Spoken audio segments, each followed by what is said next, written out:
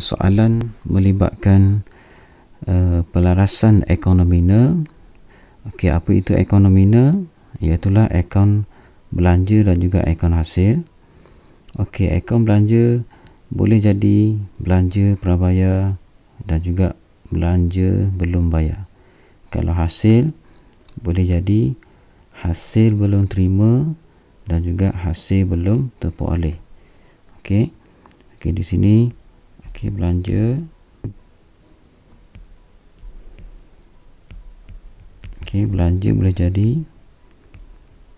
prabayar. Okey, dianggap sebagai aset semasa. Okey, kalau belum bayar, okey, dianggap liability semasa. Okey, aset semasa ni akan berada di sebelah debit, liability semasa akan berada di bahagian kredit. Kalau hasil, okey, pecah kepada dua, boleh jadi hasil belum terima dan satu lagi ialah belum terperoleh. Okey, hasil belum terima dianggap sebagai aset semasa, manakala hasil belum terperoleh dianggap sebagai liability semasa. Okey, liability semasa ni berada di bahagian kredit, aset semasa di bahagian debit. Okey, kalau ni merujuk kepada bahagian awal. Okey, ni asas dia lah. Kita baca soalan. Okey, kedai Sebenarnya Jaya beroperasi di Pekan Asahan. Maklumat berikut diperoleh daripada buku perniagaan Kedai Sebenarnya Jaya pada 30 Jun 2020. Okey, diberi sewa prabayar. Okey, bahagian awal 900, bahagian akhir tak diberi. Okey, 30 Jun. Untuk komisen belum terperoleh, okey, diberi bahagian awal 1000, manakala bahagian akhir 4000. Okey, sewa prabayar ni dianggap sebagai aset semasa. Okey, sewa belum, komisen belum terperoleh dianggap sebagai liability semasa. Okey, sewa ni adalah belanja, manakala komisen ni adalah hasil. Okey, maklumat tambahan. Kedai Sebenarnya membayar sewa bulanan RM900 dengan cek. Okey, dibayar sewa 900 sebulan. Okey, pada 1 Januari. Okey, untuk selama hingga 30 Jun, okey, RM900. Okey, kita kira 1 Januari hingga 30 Jun. Okey, tak sampai 12 bulan, dia hanyalah 6 bulan saja. Okey, kalau 6 bulan, 900 dalam 6 bulan, okey, awak akan dapat 5,400. Okey, 5,400 dengan cek. Okey, cek ni merujuk kepada bank. Okey, ni adalah bank lah. Okey, komisen yang telah diterima berjumlah 20,000 dengan cek. Okey, ni yang terima duit dengan bank, 20,000 komisen. Okey, soalannya ialah anda dikehendaki menyediakan akaun berkenaan pada 30 Jun 2020, iaitulah akaun sewa prabayar, akaun komisen diterima, akaun komisen belum terperoleh. So, kita akan buka satu demi satu. Okey, pertamanya kita buka akaun sewa.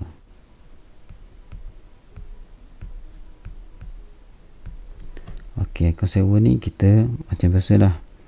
Kita akan tulis tarikh, butir. Okey, folio abaikan jumlah.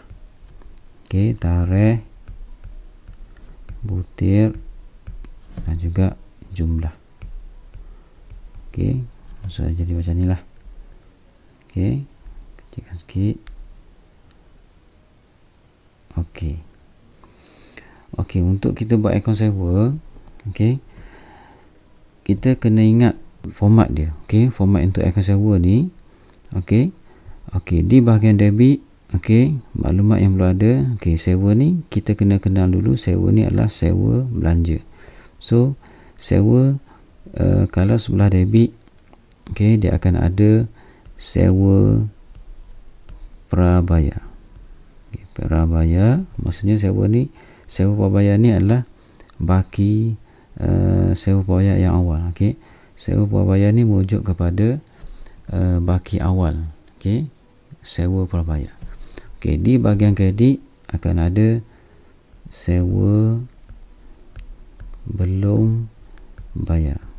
Okey. Sewa belum bayar maksudnya baki awal lah, sewa belum bayar. Okey. Seterusnya dia akan ada bank. Okey, bank kenapa di bahagian debit? Okey, sewa ni adalah belanja. Bila belanja kita kena bayar. Bila kena bayar maksudnya akaun bank tu akan berada di bahagian kredit. So sistem catatan bergu, bank akan berada di debit untuk akaun belanja. Okey, seterusnya ialah sewa belum bayar. Okey, ini merujuk kepada sewa belum bayar akhir. Okey. Kemudian di bahagian kredit ialah sewa prabayar. Ini merujuk kepada baki akhir sewa prabayar. Okey. Okey, kemudian yang satu lagi ialah akaun untung rugi. Okey, akaun untung rugi. Okey, itu dia punya format dia lah. Okey. So kita ambil maklumat. Okey, contoh sewa prabayar awal. Okey, kalau dekat soalan sebelah ni ada RM900. So kita rekod RM900. Okey. Sewa belum bayar. Sewa belum bayar awal tak ada. So awak skip saja, maksudnya awak tinggalkan. Okey, kemudian bank. Bank tu berada di maklumat tambahan iaitu membayar sewa bulanan RM900 dengan cek. So ni adalah merujuk kepada maklumat bank. So tadi kita dah kira 900 darab 6 5,400. So bank ni adalah RM5,400. Okey. Kemudian sewa belum bayar akhir. Okey, kalau dekat maklumat ni tak ada, skip saja. Kemudian sewa prabayar akhir. Okey, dekat soalan pun tak ada, so kita skip saja. So sebenarnya dia nak cari berapa jumlah akaun untung rugi. Caranya ialah kita tutup akaun. Okey, tutup akaun ni.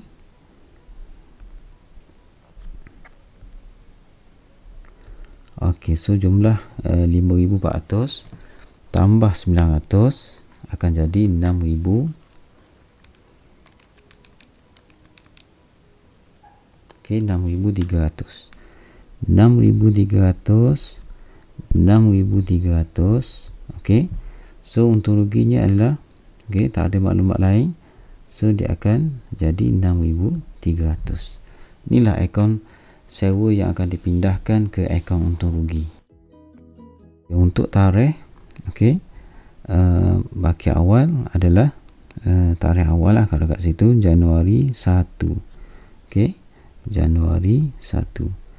Okey, kalau akhir Jun 30, bergantung kepada soalan. Okey, bergantung pada soalan. Kadang-kadang Disember 31. Okey, selesai akaun sewa. Okey, kita nak jawab B. Okey, akaun sewa prabayar. Okey, untuk akaun sewa prabayar kita perlu kenal pasti sewa prabayar adalah aset semasa. Aset semasa berbaki sebelah debit. So kita kena buat format dia. Dia berbaki, baki awal ni sebelah debit. Okey, baki awal kat sini ialah untuk sewa bayar, iaitulah 1 Januari tu ialah RM900. So untuk baki awal sewa bayar lah RM900. Okey, kemudian kita cek baki akhir tak ada. Okey, kalau ada baki akhir kena rekod lah. Baki akhir tu kita akan tulis baki HB. Okey, so kita akan tulis kat sini lah baki HB. Okey, baki HB sekiranya ada. Okey, kalau tak ada tak perlu rekod lah. Okey, abaikan. Okey, so RM900. Biasanya kalau sewa prabayar ataupun sewa belum bayar, kalau ada baki awal, dia akan dipindahkan ke akaun sewa. Okey, maksudnya akaun yang ni lah. Kalau akaun belanja am, dia akan pindah ke akaun belanja am. Okey, so maksudnya dia nilai baki tu akan dipindahkan. Okey, baki awal. Kalau baki akhir dibawa okey, akan dibawa ke tahun depan. Okey, so yang ni RM900. Caranya kalau kita nak dipindahkan, kita hanya kreditkan saja. Okey, lawan dia saja, iaitu RM900 ni akan berada di bahagian kredit. So butirannya ialah sewa. Okey, sewa. Sebab itulah awak tengok di bahagian kredit, di bahagian debit ada sewa prabayar dekat akaun sewa. Itu merujuk maklumat ni lah. Okey, sistem catatan bergu. Okey. Okey, so dah selesai lah.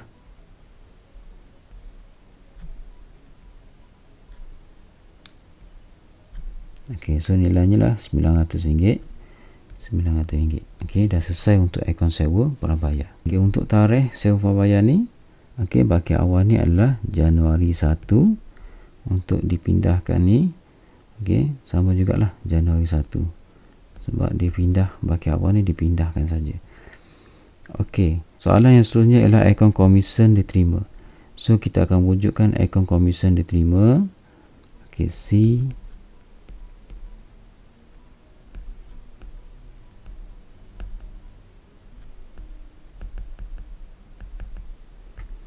Okey, akaun komisen diterima adalah akaun hasil. Okey, akaun hasil. So kita kena ingat format dia lah. Okey, kena ingat format dia. Okey, pertamanya ialah komisen belum terima. Okey, komisen belum terima akan berada di bahagian debit. Komisen belum terima. Okey, di bahagian kredit dipanggil komisen belum terperoleh.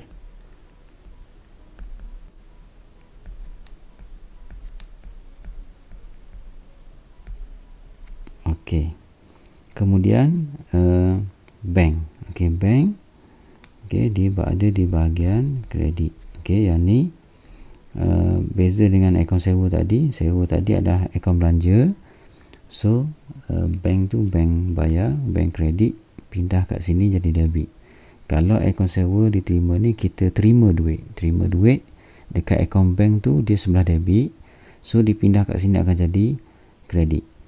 Okey, kemudian okey, bawah ni akan jadi komisen belum terima. Okey, di bahagian debit akan jadi komisen belum terperoleh. Okey, yang satu lagi ialah kita nak cari berapa nilai, okey, berapa nilai akaun untung rugi. Okey, maksudnya yang perlu dipindahkan akaun untung rugi tu berapa.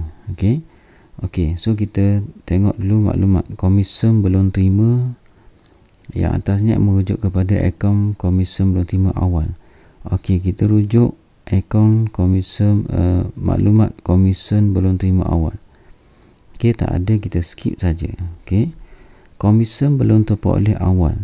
Okey, dekat maklumat ni ada komisen belum terperoleh yang 1 Januari tu adalah baki awal. So kat sini awak tulis RM1,000.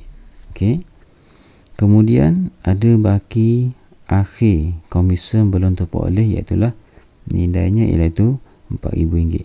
So dia merujuk komisen belum terperoleh akhir. Okey, bawah ni adalah merujuk komisen belum terperoleh akhir.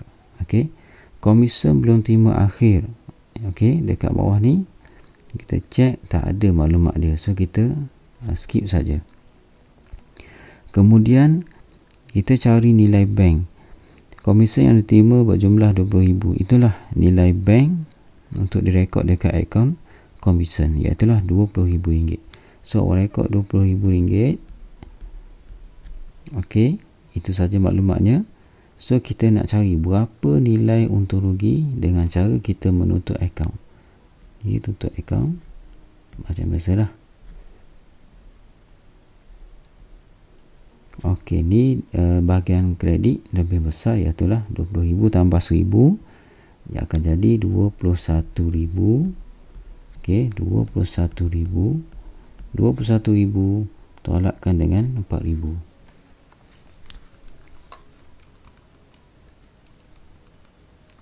So akan jadi, so nilainya adalah 17,000. So nilai 17,000 ni akan pindah ke akaun Turuki. So tarikhnya ialah macam biasa. Okey, yang awal ni akan jadi Januari 1. Okey, Januari 1. Okey, lebihnya akan jadi tarikh akhir Jun 30. Jun 30. Okey. Okey, so selesai akaun komisen diterima. Okey, seterusnya ialah sediakan akaun komisen belum terperoleh. Okey.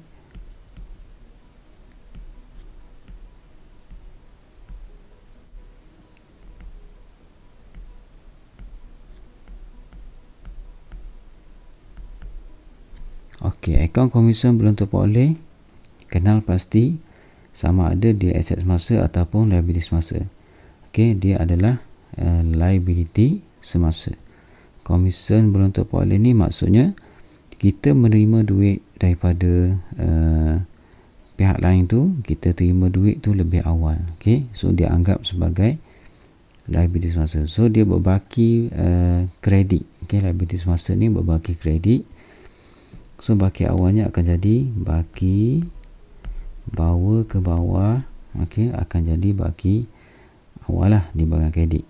Okey, sekiranya ada baki akhir, kalau soalan ni awak perasan ada baki akhir.